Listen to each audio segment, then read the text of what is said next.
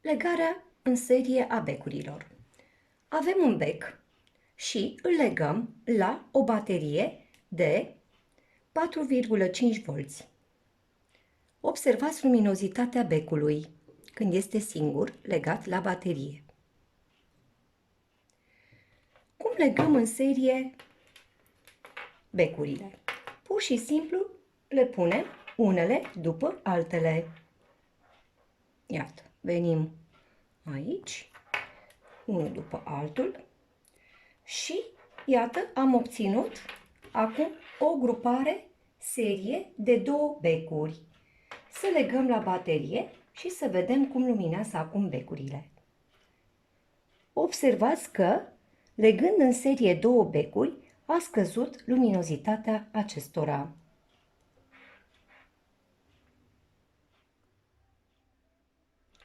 Acum mai venim și cu al treilea bec, tot așa unul după altul.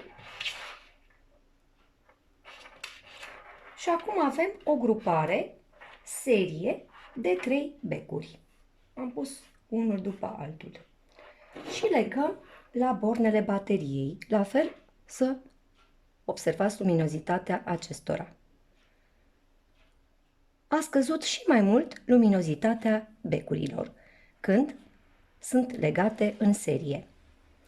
Un prim dezavantaj al legării în serie a becurilor este faptul că, cu cât legăm mai multe becuri în serie, cu atât luminozitatea acestora scade. Acum să vedem dacă un bec s-ar arde și simulăm acest lucru deșurubând un bec. Observăm că celelalte becuri, dacă unul se arde, nu mai luminează. Acest bec care se arde funcționează ca un întrerupător deschis și curentul dat de baterie nu mai ajunge nici la celelalte becuri. Și avem circuit electric deschis și din acest motiv becurile nu mai luminează. Deci, al doilea dezavantaj al legării în serie a becurilor este faptul că dacă unul dintre becuri se arde, nici celelalte nu mai luminează.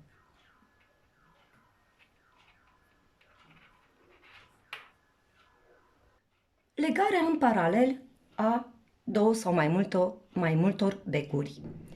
Ca să legăm în paralel mai multe becuri, legăm același contact, adică borna centrală a unui bec la borna centrală a celui de-al doilea bec și borna laterală a unui bec cu cealaltă. Și venim acum la baterie. Observăm că la legarea în paralel, luminozitatea acestora este aceeași, ca și cum ar fi legate singure la baterie. Să mai legăm și al treilea bec, la fel, venim bornă centrală, la bornele centrale ale celorlalte două și bornă laterală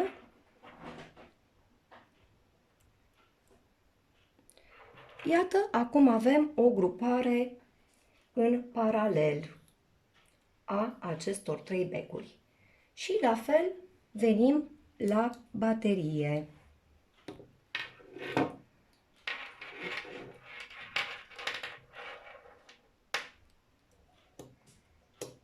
Observați, luminozitatea becurilor a rămas aceeași. Dacă un bec se arde, la fel simulăm. Deșurubăm un bec și să vedem, observați că celelalte două luminează în continuare. Deci, curentul dat de baterie se ramifică pe fiecare latură a celorlalte două becuri și becurile legate în paralel luminează în continuare. De aceea, în iluminatul public se folosește legarea în paralel a becurilor. Aici unde avem, observați, cel puțin 3 conductoare care se ating fizic, deci contact fizic, Acesta se numește nod. Așa recunoaștem și deosebim o grupare paralel de una serie. La gruparea serie nu avem aceste noduri de circuit. Să vă mai arăt o dată, stați să mai înșurubez la loc. Iată, gruparea în paralel a 3 becuri.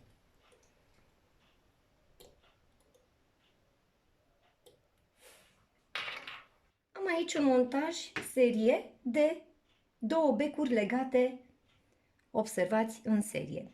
Avem de la baterie, mergem la un contact al primului bec, apoi de la al doilea contact al primului bec mergem la primul contact al celui de-al doilea bec și de la al doilea contact al celui de-al doilea bec mergem și închidem circuitul la baterie.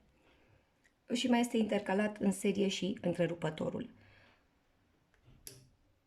Priviți, închizând întrerupătorul, curentul dat de baterie trece prin cele 2 becuri.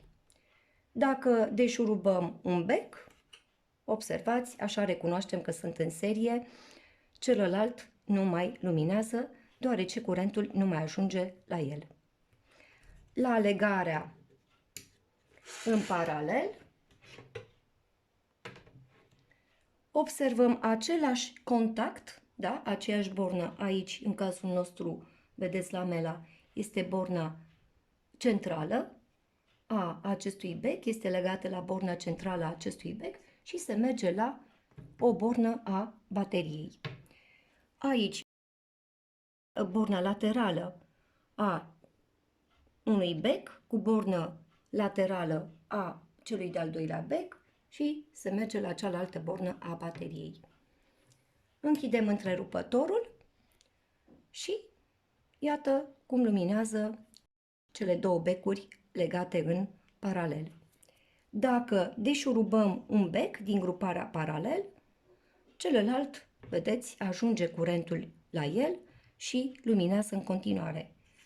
Să-l deșurubăm, să simulăm că s-a ars acesta, celălalt bec luminează. Gruparea paralelă.